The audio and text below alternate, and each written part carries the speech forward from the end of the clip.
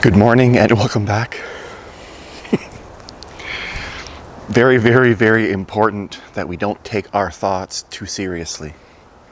This is something that I've learned by watching my thoughts and noticing how I feel when I do take them seriously. When I take what I think, what types of thoughts are in my mind too personally, I feel as though I'm on a roller coaster of emotion that I have no control over.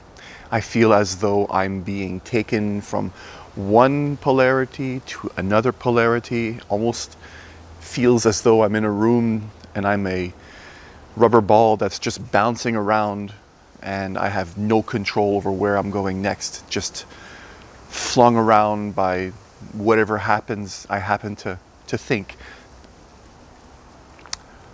So I've seen this myself, and this might be difficult for a person to believe, but what you think is not always yours.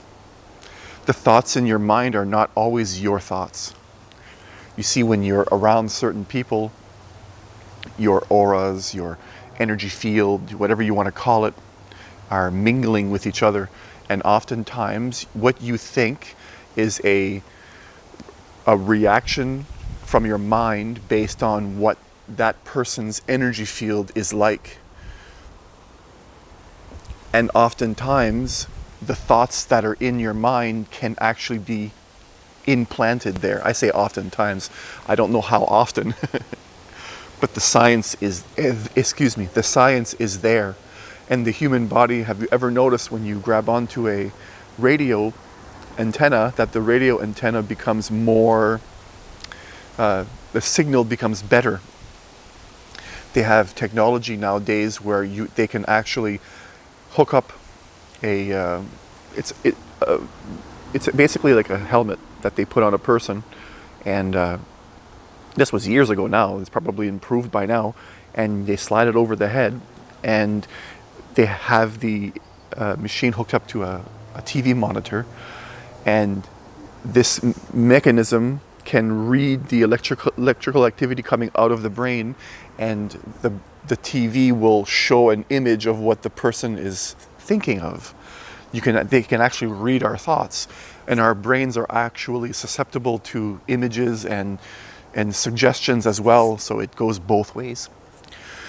And in a time where there's different types of technology being developed, and we're surrounded by radio waves, different types of frequencies, we have to understand that sometimes what is inside of your head is not necessarily put there or generated by you, and not always for your best interest.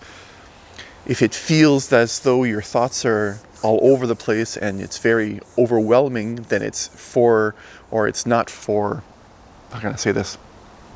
It's not for nothing. It's that your mind seems so chaotic.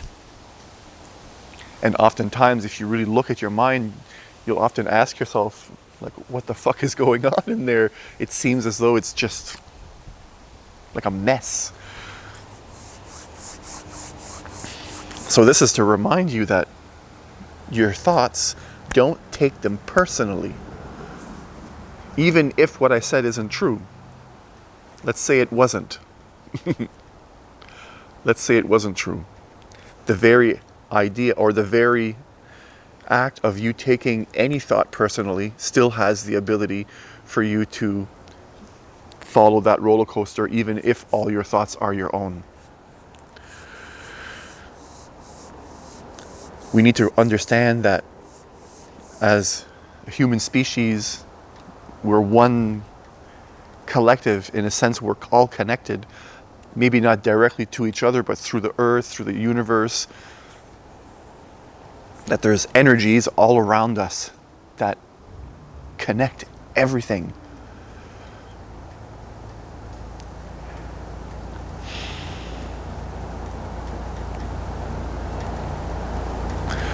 Lately, there's been a lot of extra noise in the mind.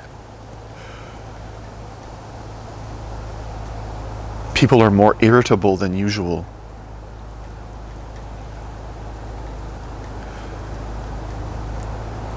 There's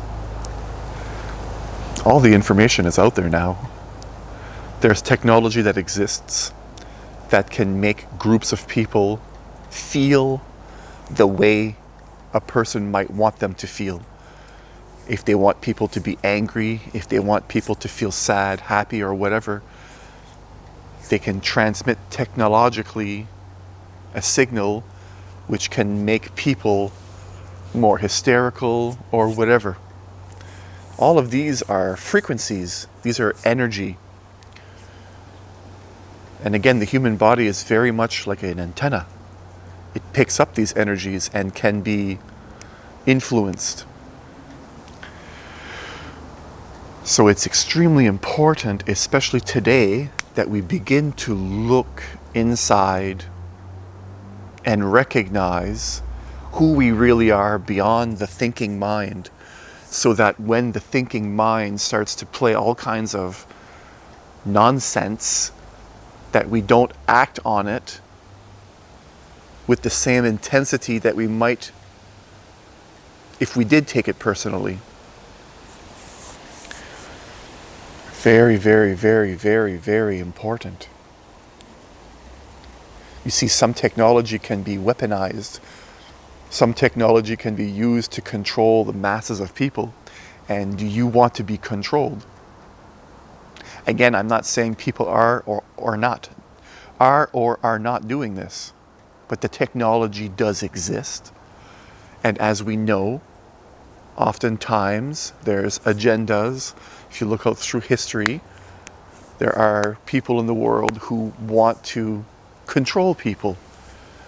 There's profit, power to be gained in these sort of things.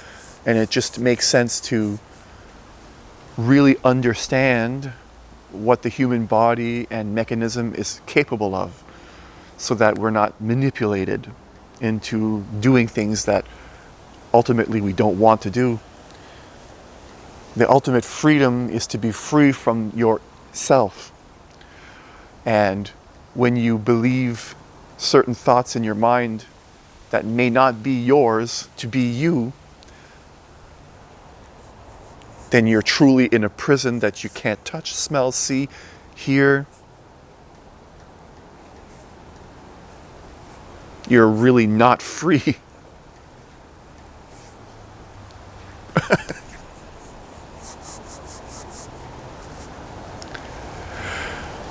I've seen this in myself, that lately there's a lot of extra irritability. And of course, a person will act on some of it. To a certain degree, the human body acts on its own.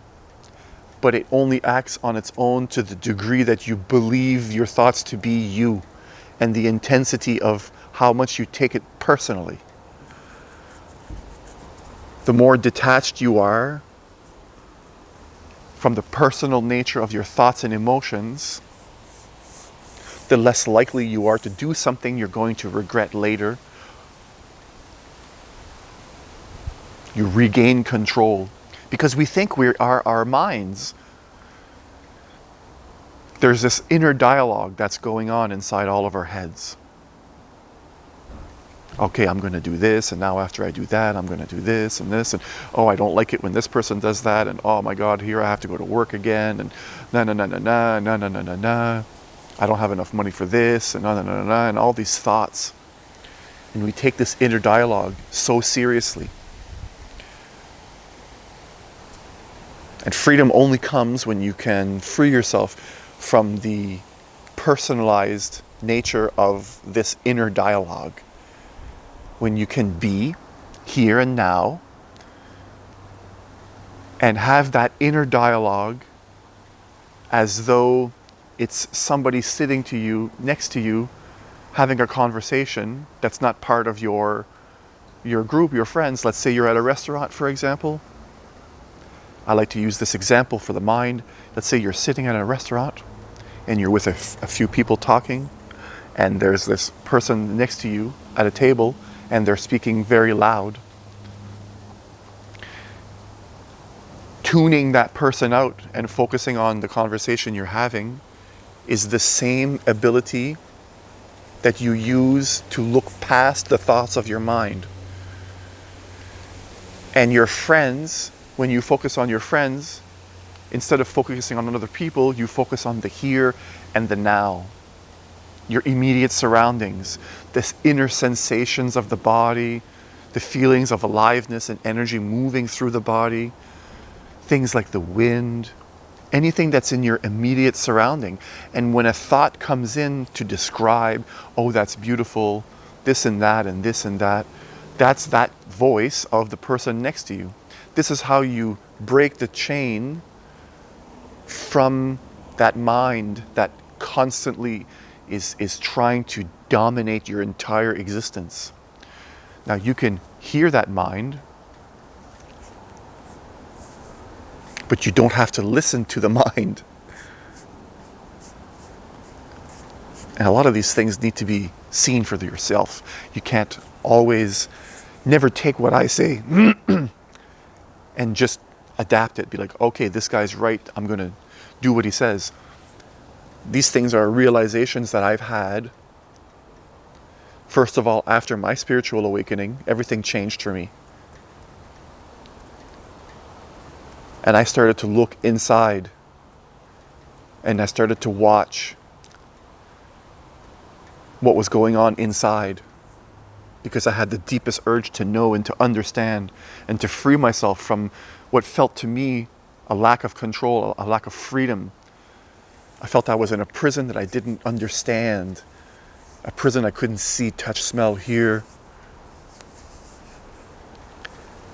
So I'm just encouraging you to look inside yourself and to come to your own realizations. Not to make conclusions, but just your own realizations from watching and seeing what it's like, what goes on inside, and exploring and experimenting for yourself. Taking it like an experiment, not seriously. You're going to have certain realizations when you look inside yourself. And through these realizations, you might have a direction. All right, well, I'm going to try this, the mind might say. Then you go ahead and you try it. And then you see what happens. Oftentimes, it's very important to log a lot of your findings. You might forget later, right?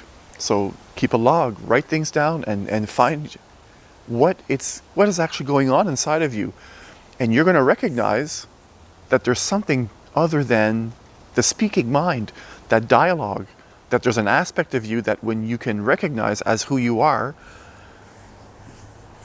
that you regain a sense of freedom that you forgot you even had. And then manipulating you and controlling you becomes much more difficult. And you regain your freedom. So I leave you with that. Wherever you are around the world, whatever time it is that you're watching this video, thank you. Thank you. Thank you. Peace.